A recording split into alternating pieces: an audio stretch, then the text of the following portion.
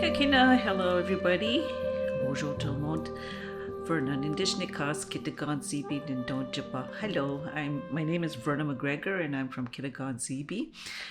For those of you who don't know where Kitagan Zibi is, we're about 120 kilometers north of Ottawa.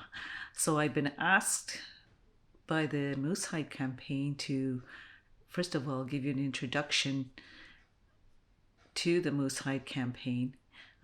And also too, I forgot to mention that I work for Minwashin Lodge, which is the Indigenous Women's Support Center in Ottawa, and we have a violence against women's mandate. So the Moose Hide campaign is very important to us because from a traditional understanding, what we've been saying to as well is that as we're providing resources for the women and children that are leaving violence, what are we doing for the men to heal them as abusers? So I'm very honored today that you're participating in this Fast for the Moose Hide campaign.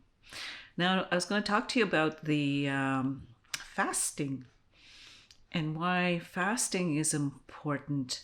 First of all, people don't know that between the years 1884 and 1951, in Canada, through the Indian Act, our ceremonies and gatherings were outlawed. So to have any ceremonies, they went underground. Because again, you would have the police showing up every time we would try to have gatherings such as powwows or ceremonies. So, and what we would do is we would fast before going into ceremony. And the other, if you want to look at our neighbors down south, the United States, it was only in 1978 that they passed the American Indian Religious Freedom Act. Prior to that too as well, a lot of the ceremonies, it was banned or outlawed.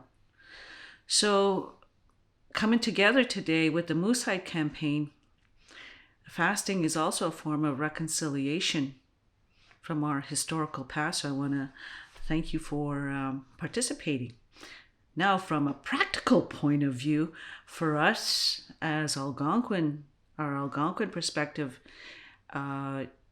it's also tied to also the medicine wheel. And if you know the medicine wheel, it has the 4 directions. And we would fast with the beginning of the seasons. Usually sometimes with the solstice, to also celebrate the change in season with the solstice. And we would cleanse. And the elders say, as we're cleansing our outer bodies, we also need to cleanse our inner bodies. So what do? Is we fast. So then there was medicines too, or teas that would help also cleanse the system after your fast too as well. In this, an example is in the springtime.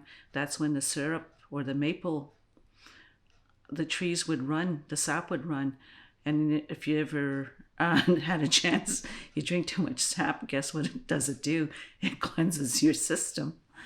In the summer, we would use the berries. And again, like the summer solstice, you'd have a fast and then you'd have your berries, a berry fast too. In the fall, to cleanse our system, we'd use the roots. An example is to clean your liver, you would use, for example, burdock tea. In the winter, what we would use is the trees and the bark.